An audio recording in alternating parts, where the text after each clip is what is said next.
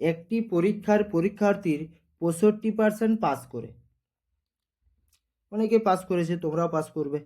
যদি 420 জন ফেল করে তবে মোট পরীক্ষার্থীর সংখ্যা। তোমরা যদি পড়ো তোমরা পাস করবে, নাহলে তোমরা ফেল করবে। দেখো 65% পাস করেছে, আর তার ফেল করেছে কত পার্সেন্ট বলো তো? 35%। যদি 420 জন ফেল করে তাহলে 35%-এর ভ্যালুয়ে কত হবে? 420। আমাদের মোট পরীক্ষার্থী জানতে চেয়েছে, মানে 100%-এর ভ্যালু জানতে চেয়েছে। তাহলে দেখো এটাকে 7 দিয়ে ভাগ করে নাও, 7 দিয়ে ভাগ করলে 5% হচ্ছে, ঠিক আছে। এটাকেও 7 দিয়ে ভাগ করে নাও, 60 হচ্ছে।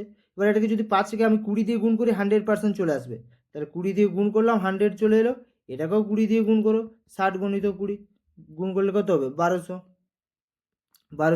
তোমরা এভাবেও করতে পারো, কোনো অসুবিধা নেই। যদি সেই এক ধরে করো, ধরো 1%, 1% কত হবে? 420/35। 100% 420/35 গণিত 100, কাটাকাটি করে নেবে। 5 7 5 20, 7 42 0, 1200। এভাবে